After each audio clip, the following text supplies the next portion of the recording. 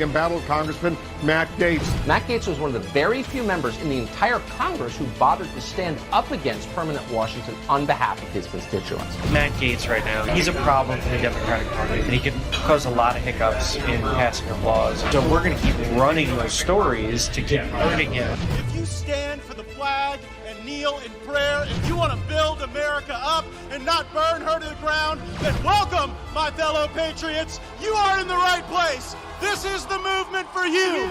You ever watch this guy on television?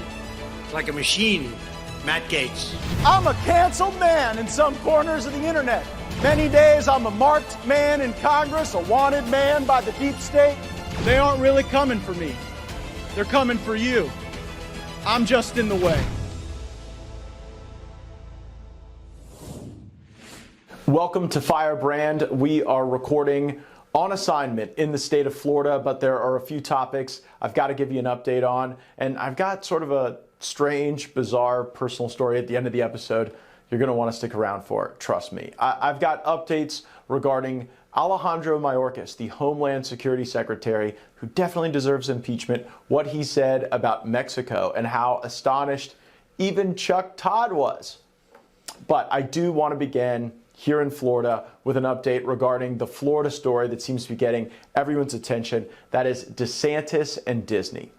And the operative question in this whole saga between Florida Governor Ron DeSantis and the Walt Disney Corporation is whether this is a true, sincere effort to crusade against corporate welfare, or whether it's just virtue signaling and professional wrestling. So I'm going to lay out what's going on in this saga, and then you decide. Is this Governor DeSantis really cracking down with an effective effort against that type of corporate welfare we oppose, or is it something else? And is there a willingness to maybe still treat Disney a little different than everyone else gets treated in the state of Florida? So the new theater in this fight is a lawsuit that Disney has filed against Governor Ron DeSantis. They've filed that lawsuit against him in his official capacity, and the principal claim in that lawsuit is that their First Amendment rights have been violated and they are being retaliated against as a company based on their opposition to the legislation that Governor DeSantis signed, that the Florida legislature passed, that stopped some of this radical gender ideology from being taught in taxpayer-funded public schools. So they go through that change in CEO. But Governor DeSantis takes note of the fact that Walt Disney actually has a very special privilege in Florida that a lot of corporations don't get. The territory they reside in has been designated a special district, the Reedy Creek Improvement District. And there's a board that typically is but an extension of Disney. Typically, the board of the Reedy Creek Improvement District, where Disney's parks are, they're just vassal states of Disney. There's no arm's length relationship between them and the corporation. They're there to just perform on what the corporation sets forth. So DeSantis gets the authority, lawfully, to appoint the board. And he's going to appoint people that have an arm's length relationship with Disney. Now, again, that doesn't sound retaliatory to me, to just say, look, this has got to be something where you don't just dictate the terms under your own private government. There has to be some accountability. If people don't like who the governor appoints, they can vote against the governor. That's the beauty of a system that is just not run by corporate technocrats, but with some sense of political oversight. So DeSantis appoints his new board members. And in the final moments of the outgoing board, they totally bind the new board and make an agreement with Disney that gives all the power to the Disney Corporation that was supposed to reside in the special district. So what sounds shadier and swampier to you? Governor DeSantis wanting appointees on a public board performing a public purpose over a private corporation, or a private corporation using its vassal state board members to shred any sense of public oversight of this property and to just allow Disney to do what they want for whatever they want. Something that regular landowners don't have. We usually have to live under the regulations of our counties, our cities. Disney prefers their oversight to be captive like Rapunzel, not responsive like Governor DeSantis would seemingly have it be.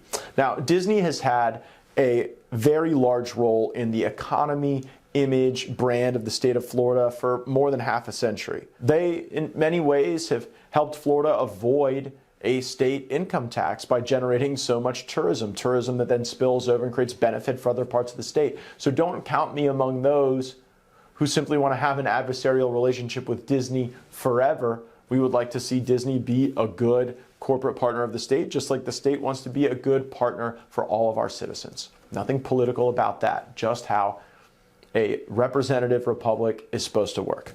But they have had so much influence. They've been able to wrap the apparatus of state government around their particular business model. So much so that last year I pointed out a few examples of this on Firebrand. Take a listen. For quite some time in the state of Florida, if the Walt Disney Corporation opposed a piece of legislation in the state capitol, it was deemed to have a fatal rodent problem, and it was unlikely to become law. Disney had enormous power in Florida legislative politics, in part because they employed an army of lobbyists to dole out millions of dollars in political donations. I'm talking about millions of dollars. And in exchange, they expected favorable treatment from lawmakers, maybe a little more than their fair share. The lobbyists were there to enforce the implicit deal. I mean, look at what Florida did to bend over backwards for Disney over the years. Florida created a state agency out of nothing, largely to subsidize Disney's vast marketing budget through an entity called Visit Florida. It's quite literally corporate welfare.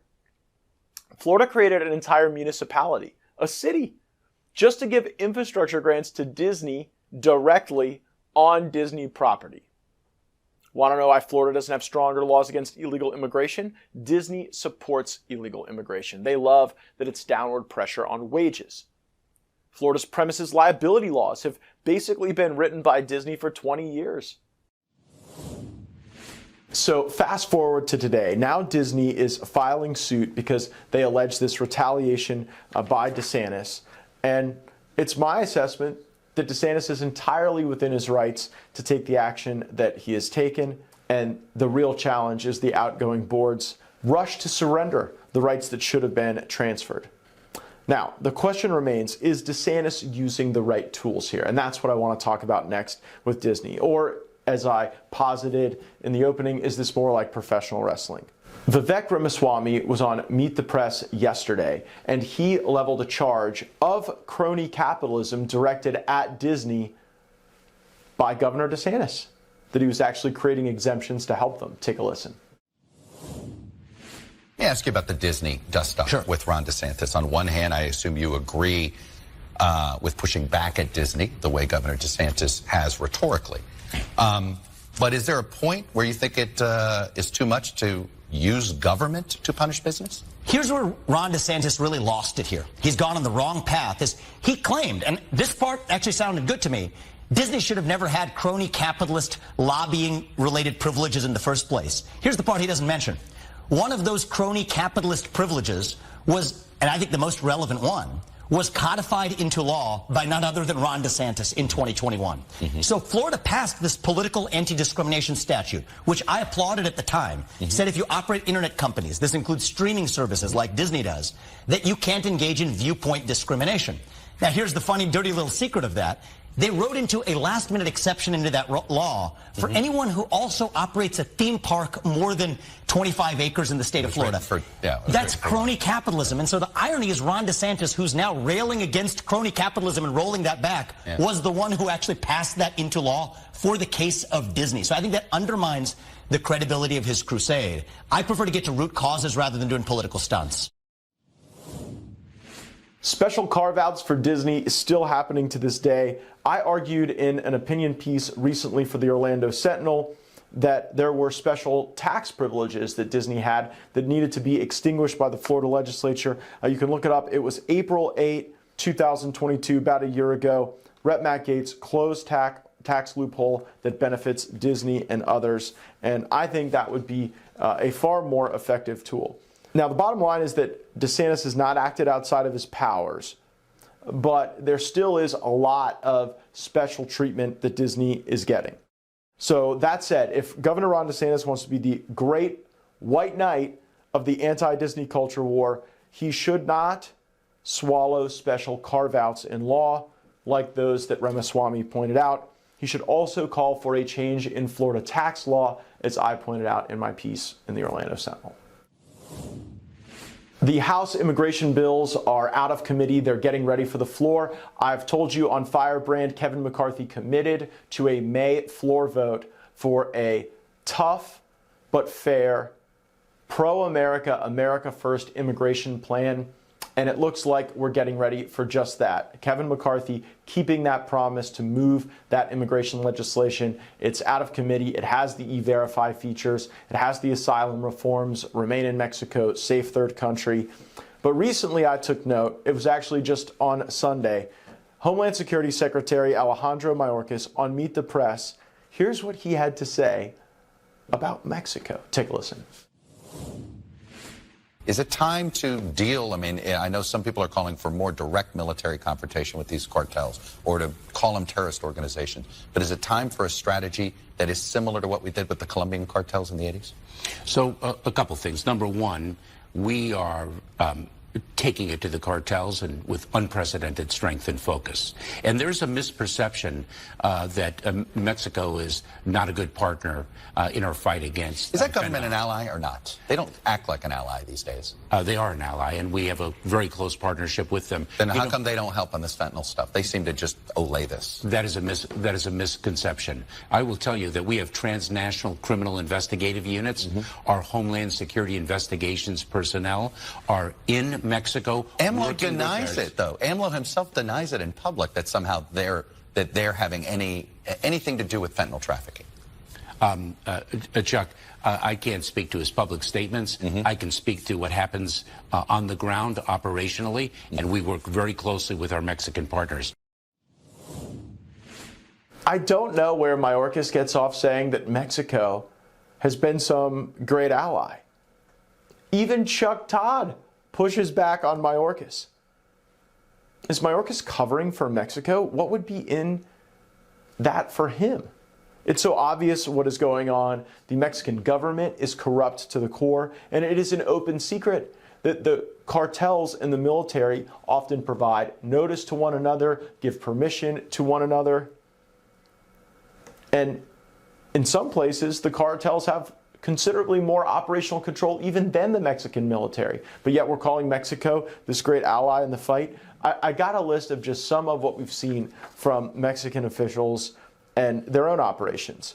So just this year, Genaro Garcia Luna, the former Secretary of Public Security in Mexico, was convicted by a federal grand jury in Brooklyn, New York, 5 counts with a superseding indictment charging him with engaging in a continuing criminal enterprise that includes 6 drug violations, international cocaine distribution conspiracy, conspiracy to distribute, and with the intent to possess cocaine, conspiracy to import cocaine, all kind of ties with the Sinaloa cartel, all kind of references in this trial to the millions of dollars in bribes that slush around between the Sinaloa cartel and government officials, so much so that that's often the retirement plan for these government officials, to go work for the Sinaloa cartel, as happened in this case and as this conviction showcases. And in this case, Luna, who was the former public security chief, was actually organizing the safe passage of the cartel's drug shipments. They were passing along sensitive law enforcement information about ongoing investigations into the cartel. And then, to boot, they were helping some cartels in their battles and rivalries with other cartels. So literally weaponizing the government of Mexico to go and mediate cartel turf battles and drug battles. Sound like a great ally? Certainly not. There was a New York special agent that gave testimony in this trial, and I want to read it to you. Quote, "Criminal organizations cannot function at the level of the Sinaloa drug cartel without the support of corrupt politicians and officials such as Genaro Garcia Luna, who aid and abet them." He's right on the money. Luna is not a bug in the system. He is a feature of the system, and it is repeatable over and over. There's another case I want to let you know about, Emilio Lozoya. Now, Lozoya is the former head of Mexico's state oil company. He is also under fire now for corruption charges, and he has been singing like a bird. According to a leaked deposition from this particular case, you have this guy, this former head of the cash cow that was the energy entity, saying that 3 former Mexican presidents were on the dole taking bribes, and that a lot of those bribes were directly linked to cartel activity, to illegal campaign financing. And the reason that these 3 former presidents, former head of public security, former head of the energy entity, are able to get away with this for so long, the reason they're able to do so much harm is because they get cover from people like Alejandro Mayorkas. When he says that Mexico is a great ally, it gives cover to a lot of the very operations that are going to benefit one cartel against another, or all of them against us. Now, as proof of this dynamic, I can just tell you, when I went to Yuma, Arizona, we saw the cartel caravans of people and the military ATVs going back and forth, at times within a few feet of each other. Everybody knows the deal. Everybody knows that the cartels are moving people through. The military provides a permission structure for that to occur. And it's our country that has all of these terrible challenges that result from millions of people coming in without permission or process.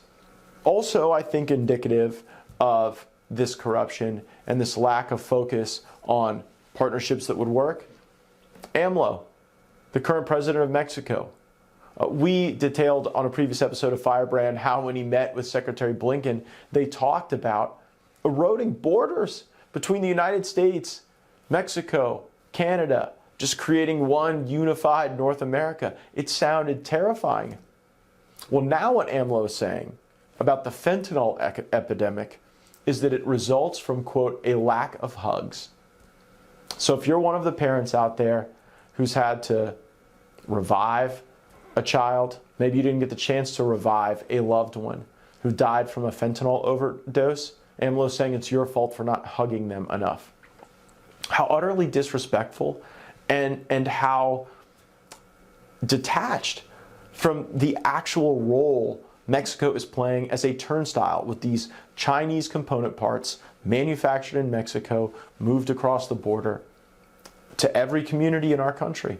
And now we see the result in our morgues, in our ERs, and in the future consequences of all of our lives. Right now, these cartels are a very difficult dynamic to control. And they've been able to get larger because U.S. leaders go down to Mexico, meet with these Mexican officials, act as though everything is hunky-dory. And the reality is the Mexican government is in unity government with the cartels in far too many cases. So we'll continue to call out Mayorkas and hope that in the future he's able to call out America's enemies rather than describing them as allies. So in Northwest Florida right now, it's festival season. Don't think Coachella or Bonnaroo or Burning Man. Think more seafood and art and culture and wine.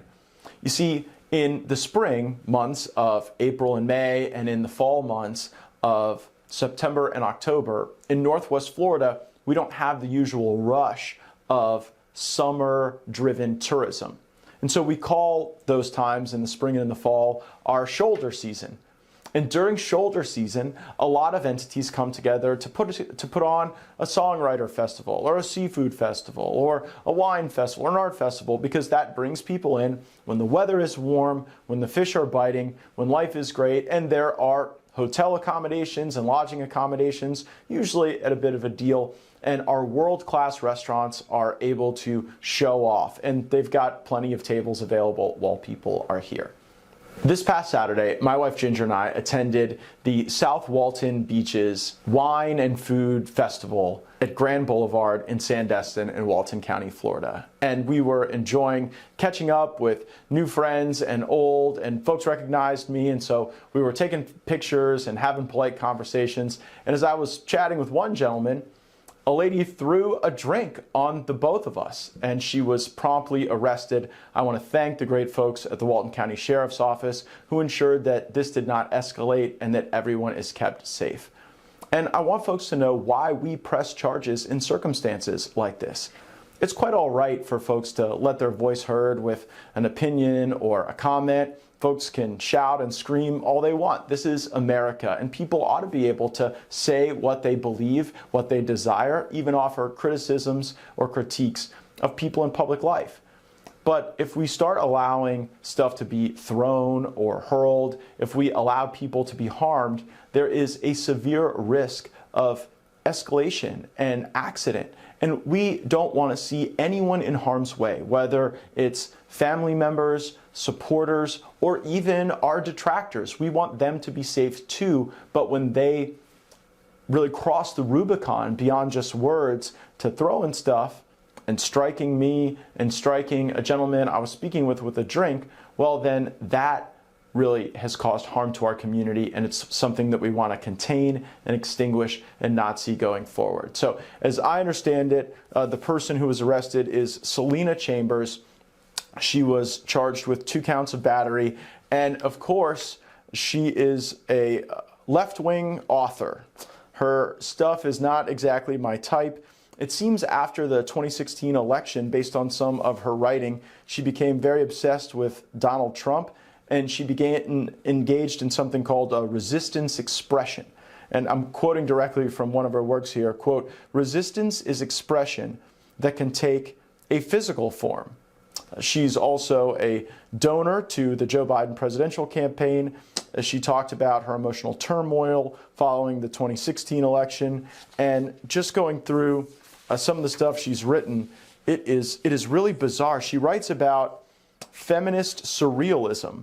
And I had to review what that entailed. And she says that women need a surrealist survivor kit. And it needs to include psychoanalysis, mythology, memoirs, Satanism. There's connections to Wiccan life in some of this. So very strange. But you know what? Whenever there's a conservative who acts out of line, it's like the biggest story in the world. But when you get a radicalized leftist breaking the peace in my community, who traveled here, by the way, from Tallahassee, Florida, I doubt it'll get the same pickup, but we'll make sure that there are appropriate consequences through the legal system, because that's what the safety of our community demands. Thanks so much for joining me on Firebrand. Make sure you are subscribed with notifications turned on. Leave us a 5-star rating if you're listening on one of our listening platforms, and we'll be back soon with more Firebrand. Roll the credits.